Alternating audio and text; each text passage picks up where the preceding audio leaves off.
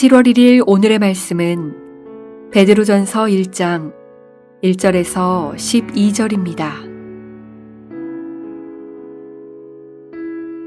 예수 그리스도의 사도 베드로는 본도 갈라디아, 갑바도기아, 아시아와 비두니아에 흩어진 나그네 곧 하나님 아버지의 미리 아심을 따라 성령이 거룩하게 하심으로 순종함과 예수 그리스도의 핏부림을 얻기 위하여 택하심을 받은 자들에게 편지하노니 은혜와 평강이 너희에게 더욱 많을지어다. 우리 주 예수 그리스도의 아버지 하나님을 찬송하리로다.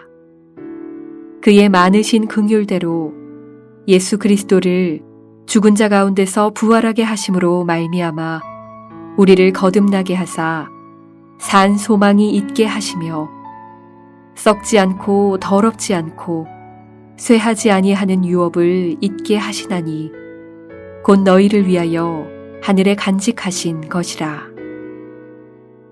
너희는 말세에 나타내기로 예비하신 구원을 얻기 위하여 믿음으로 말미암아 하나님의 능력으로 보호하심을 받았느니라. 그러므로 너희가 이제 여러 가지 시험으로 말미암아 잠깐 근심하게 되지 않을 수 없으나 오히려 크게 기뻐하는도다. 너희 믿음의 확실함은 불로 연단하여도 없어질 금보다 더 귀하여 예수 그리스도께서 나타나실 때에 칭찬과 영광과 존귀를 얻게 할 것이니라. 예수를 너희가 보지 못하였으나 사랑하는도다. 이제도 보지 못하나 믿고 말할 수 없는 영광스러운 즐거움으로 기뻐하니 믿음의 결국 곧 영혼의 구원을 받음이라. 이 구원에 대하여는 너희에게 임할 은혜를 예언하던 선지자들이 연구하고 부지런히 살펴서 자기 속에 계신 그리스도의 영이 그 받으실 고난과 후에 받으실 영광을 미리 증언하여 누구를 또는 어떠한 때를 지시하시는지 상고하니라.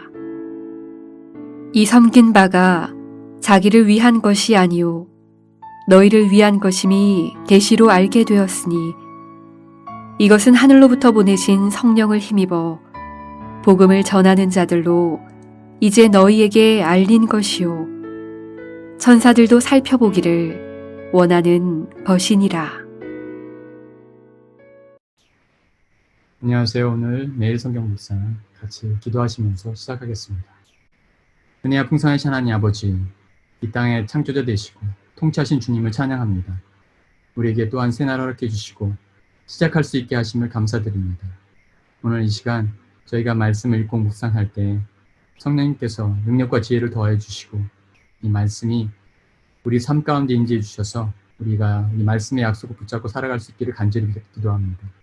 존귀하신 우리 주 예수 그리스도 이름으로 기도합니다. 아멘. 어제까지 고린도전서 묵상이 끝나고 오늘부터는 베드로전서를 묵상하게 됩니다. 베드로서는 서신서로 로마서에서 빌레몬서까지 13권의 바울 서신과 함께 바울 외의 사도들이 기록한 히브리서에서 유다서까지 총 8권의 공동 서신서 중에 하나입니다. 글이 길지 않아서 시간이 되실 때 1장부터 5장까지 한번 쭉 읽어보시는 것도 도움이 될 것 같습니다. 본문 묵상에 앞서서 앞으로 전체 본문을 묵상하는 데 도움이 되실 것 같아서 베드로전서 전체적인 개요를 한번 짚어보고자 합니다. 먼저 베드로전서의 역사적 배경을 살펴보면요. 저자는 1장 1절에 예수 그리스도의 사도 베드로라고 밝히고 있습니다. 5장 후반에 신실한 형제 실로아노를 통해서 자신이 바벨론에 있는 교회가 문안한다고 되어 있지만 실제로 문자 그대로 바벨론이라기보다는 요한계시록에서 말씀되었던 것처럼 종말론적으로 바벨론은 믿는 자들을 탄압하는 상징적인 의미를 가진다고 볼 때 느부갓네살 제국의 이전 수도를 바벨론이라고 말하기보다는 신학이 다른 서신서들, 예로 골로새서와 빌레몬서에서 마가가 로마에 있었다는 내용이 있고 또 베드로가 마가와 함께 있었다는 것을 볼 때 당시 기독교인들에게 바벨론은 로마를 상징하는 이름이었다고 유추하는 것이 더 맞을 것 같습니다. 베드로전서의 수신자는 1장 인사말에서 언급된 것처럼 본도, 갈라디아, 갑바도기아, 아시아와 비두니아에 흩어진 나그네라고 볼 수 있습니다. 현대로 말하자면 지도에서처럼 터키에 속한 티우르산 북쪽 5개 지역에 흩어져 있는 교회들입니다. 여기서 흩어진이라는 단어는 우리가 많이 들어온 헬라어로 디아스포라라는 단어입니다. 당시에도 예루살렘 밖에 유대인들을 디아스포라라고 불렀습니다. 좀 더 주목해서 그 의미를 살펴보면 강제로 흩어져 뿌려졌다 라는 뜻으로 현대를 사는 기독교인들을 생각한다면 그리스도의 복음으로 인해서 박해를 받아 강제로 흩어진 믿는 자들을 은유적으로 생각해도 좋을 듯 합니다. 신이 쓰여진 기록 연대는 주 AD 64년경 로마 네로 황제의 박해 바로 전이라고 보는데요. 역사적으로 AD 64년은 아주 큰 사건이 있었던 해입니다. 규모로는 세계 3대 대화재 중에 하나로 칠 수 있는 로마의 대화재가 있었던 해인데요. 로마 도시의 4분의 1이 전소되었다는 기록이 있을 정도입니다. 원래 로마는 종교에 대한 관대한 정책을 취했지만 네로 황제 때부터는 직접적으로 박해를 시작했고 네로 황제 때 시작된 이 로마 제국의 대박해는 이후 약 240년간 밀라노 칙령 AD 313년 기독교가 로마의 국교가 될 때까지 지속되었습니다. 이렇게 베드로전서는 네로 황제 시대에 박해를 받고 있던 성도들을 위로하고 또 격려하기 위해서 사도 베드로가 직접 쓴 편지입니다. 그래서 소망과 격려의 서신이라고 불리는 이 베드로전서는 다소 교리적이라고 볼 수 있지만 고난 가운데 있는 주 안의 그리스도의 가족들에게 복음의 핵심으로 위로하고 권면하려는 사도 베드로의 마음을 진심으로 느낄 수가 있습니다. 베드로전서를 읽다 보면 고난, 소망, 믿음, 영광이라는 단어들이 반복되어 나옵니다. 이렇게 주목해야 될 핵심 주제어, 키워드들을 선정한다면 고난, 소망, 영광과 참 기쁨 또는 영광스러운 즐거움 이렇게 세 가지라고 할 수 있을 것 같습니다. 그래서 오늘 서문을 여는 1장에는 이렇게 전체를 아우르는 내용을 고스란히 담고 있습니다. 너무나도 큰 핍박 가운데 있었던 그때 당시들의 성도들을 생각하며 저는 그들이 각지에 흩어진 그곳을 향하여 이 편지를 쓰는 간절한 사도 베드로의 심정이 정말 어떠하였을까 생각해 보면서 개인적으로 많이 은혜가 되었습니다.